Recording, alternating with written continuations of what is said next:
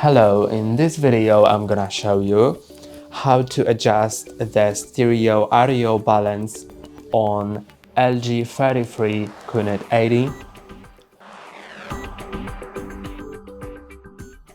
To do it, click on the settings button on your remote. Actually, I'm gonna press and hold so it opens the full settings. Then go to sound and go to advanced settings. Then you can find the balance right here and you can just adjust it by pressing and holding on this dot on the OK button while pointing on the dot, and now you can adjust it to up so it's the right speaker will be louder than the left speaker, or to left so the left one will be louder than the right. I'm gonna go back to the 0, and that's all for today. Don't forget to like and subscribe. See you next time.